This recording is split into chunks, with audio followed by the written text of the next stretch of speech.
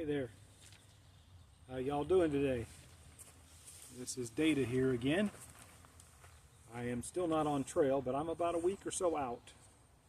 And I've made a lot of gear changes, and I've realized that I've made so many, I literally just had to print out my lighterpack.com page, and I'll just run through the list for you because I was trying to set them all out to film them, and frankly, I'm running out of time to get ready for this hike. So I have changed a lot of things, and some of y'all might find it interesting, so I thought I would just review them really quickly. The top line is that I swapped out a bunch of things in my big 3 that you saw in the other video, and that's cut my pack weight by 2.5 pounds. And I've changed a bunch of other things in the setup that I'm about to review, and that's taken another 2.5 pounds out. So I'm 5 pounds lighter at my base weight than I was first time around, meaning that my base weight has dropped from 20 pounds to 15 pounds without water and food included.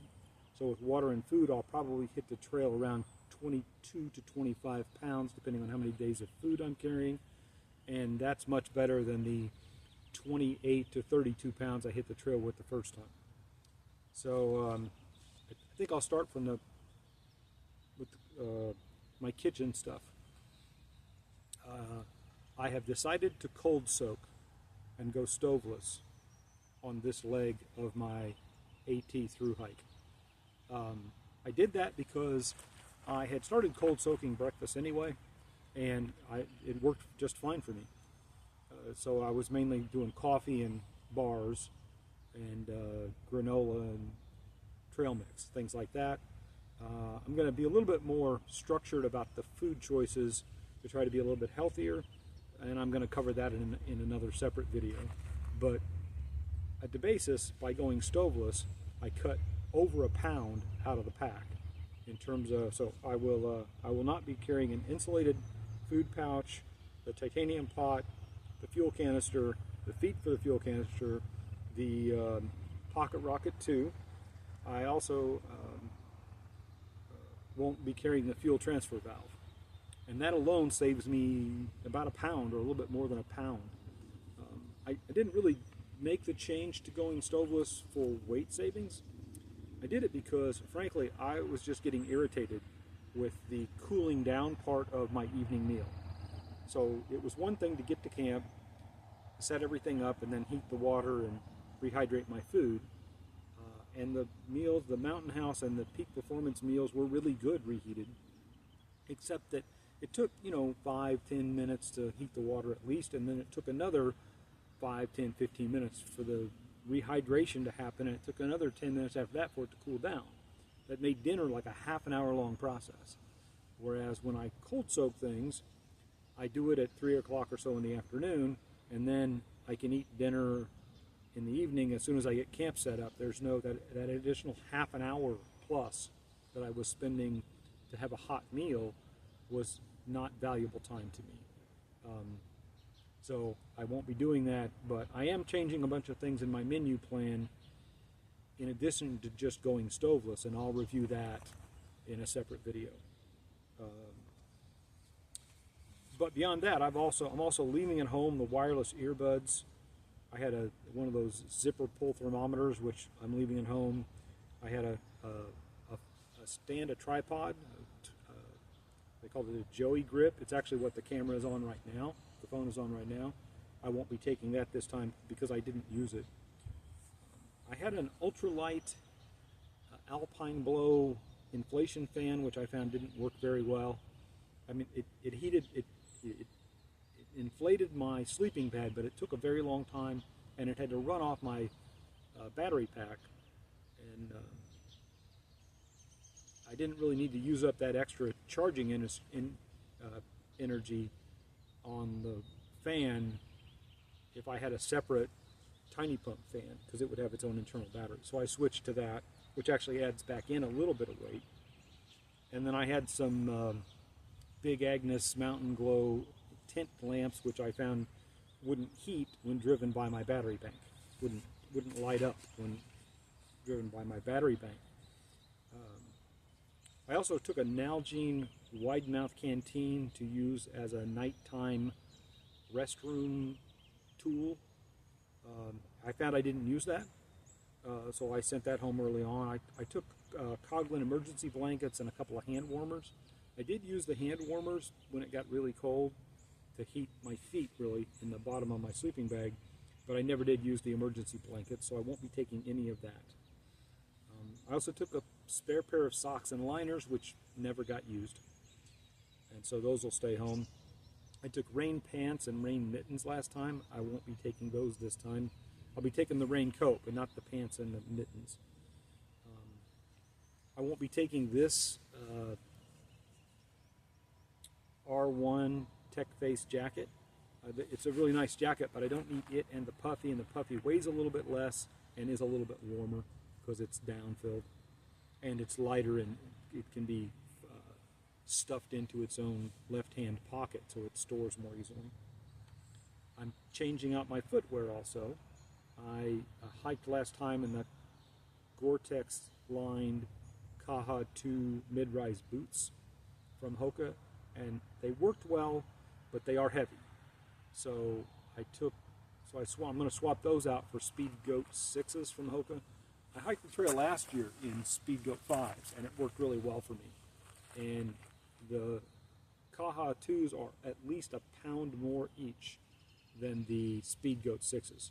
So I save another 2 pounds, which is not included in the 5 pounds I'm saving in my pack weight, obviously. I'm going to save another 2 pounds off my feet by switching from the mid-rise Kaha boots to the Speed Goat 6 trail running shoes. I had down sleep booties last time, which I used just once or twice, and actually I found them uncomfortable. They kind of constrict around your feet, and my feet actually got too warm. I always knew I was a warm sleeper. I didn't realize how warm a sleeper I was. I'm also not taking my wooden spoon that I was so happy to have because I don't need a big long spoon now that I'm cold soaking.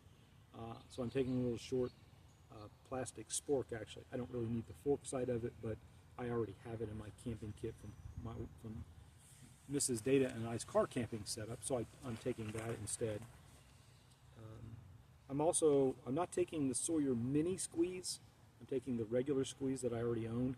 The mini squeeze I found, and I had other people verify this, it has a slower flow rate, it seems, like half as fast as the regular Sawyer squeeze. So the weight savings I got there was a penalty for the weight savings, and that is it was slower, so I'd rather be able to filter water quicker and more easily than save the weight.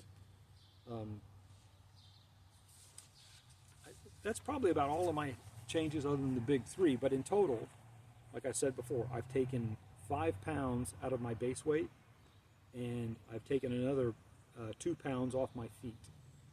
And we'll see, I'll go over cold soaking as a process, how I'm going to approach it separately in another video. So we'll see if that works for me or not. But I was happy once I started doing cold soaking breakfast, which was really just coffee and various kinds of bars, protein bars. But I was happy with that because I got started earlier in the day and I wasn't spending time waiting for my coffee to cool off in the morning, which is part of how I got to the decision to go ahead and do cold soaking in the evening. And I've come up with some recipes in that. Now the other part of that is I also found that the dehydrated meals from Peak Performance and Mountain House and other places were maybe not quite as healthy and as what I needed. Many of them have maltodextrin in them, or they have some other preservatives and some things that I just don't want to eat on trail.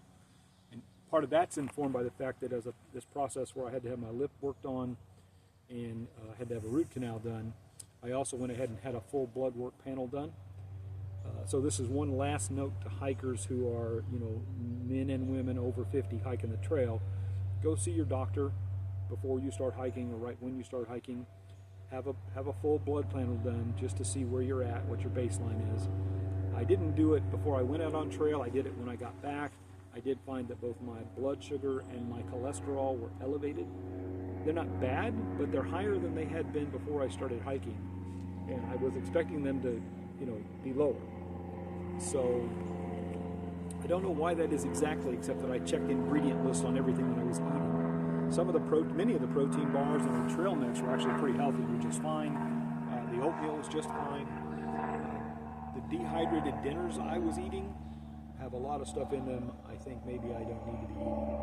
So I can't say I'm going to eat clean, but I'm going to try to think a little bit more about my diet as I eat, as I hike. And cold soaking gives me a little bit more control over that, and partly because I'm going to be cold rehydrating things, which I put together out of the trying to eat healthy aisle at the local grocery stores.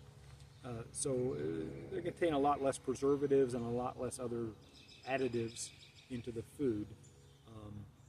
And we'll see if I like that or not. And we'll also, when I get back off trail this time, or maybe the next time, I'll have another full blood panel done, and I'll try to see what kind of an impact that had on my blood sugar and my cholesterol. Again, they weren't horrible, but they were bad enough that I needed to be serious about the quality of the food that I was eating, in addition to the planning for the length of the hike in the day and those sorts of things. So, that's it for my modifications, and I'm about a week from heading to the trail. I think I'm pretty set on the pack and the gear and all that. I'm still finalizing that cold soaking menu for dinners. I have lunches and I have breakfasts and lunches pretty set, and snacks. I have good healthy options for those. And the dinners I have healthy options for, but I'm still figuring out the recipes, as it were. If anybody has any favorite recipes or links to other YouTube videos for cold soaking recipes that are healthier that you want to post down in the comments below, I would appreciate that. I'm still in the researching mode on that. I am also, though, in following with trying to listen to my inner Quaker child, trying to make the cold soaking an opportunity to also simplify what I'm doing. I did find that additional complexity on trail wasn't helpful. That is, the list of things I just read for you that I'm leaving at home. Obviously, some of those were cold weather related, but really in a lot of ways there was just too much crap in my pack, too many objects. And sorting through all that stuff did not make hiking more enjoyable. So anything that wasn't adding to my hike, I left home. Other than that, I'm about a week and a half from being out on trail. So I'm going to say happy trails to all of you. Hope things are going well in your lives. And thank you for sticking with me through this first rest break. I will be back on trail May 1st at the POGO Memorial Campground, just east of Hagerstown, Maryland. And I will hike for about a month and hopefully make it to New York. If things go well, I'll get all the way to New York. At a minimum, I should get through Pennsylvania and into New Jersey. And this is Data, not quite yet back on trail, saying, hope you have a good rest of your day.